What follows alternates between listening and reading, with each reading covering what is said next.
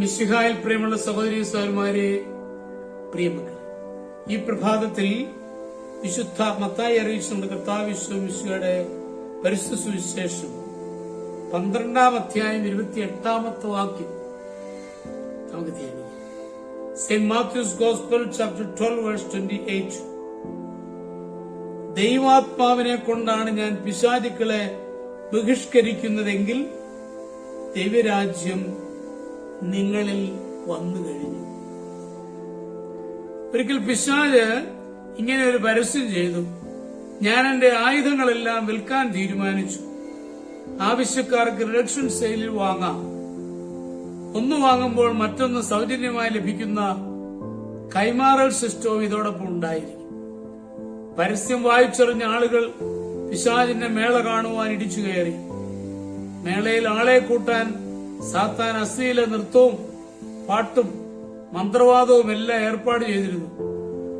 ഓരോ സ്റ്റാളിലും സുന്ദരന്മാരുടെ രൂപത്തിൽ നിരവധി പിശാചുക്കൾ അണിനിരന്നു.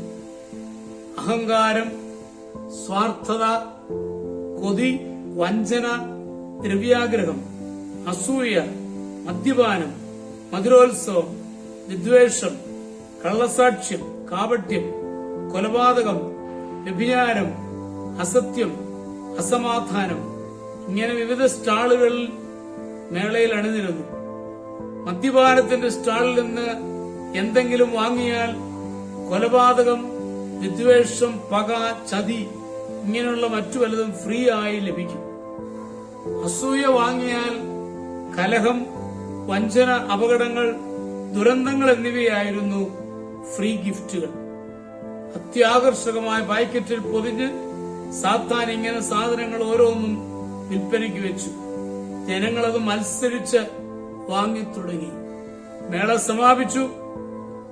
സാത്താൻ വൻ ലാഭവുമായി നരകത്തിലേക്ക് മടങ്ങി.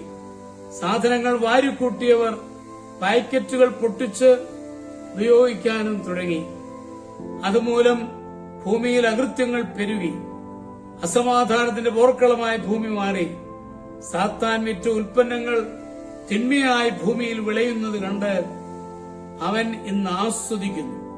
ഇത് തിരിച്ചറിയാതെ നാം ദുരന്തത്തിന് ഇരകളായി തീരുകയും ചെയ്യുന്നു.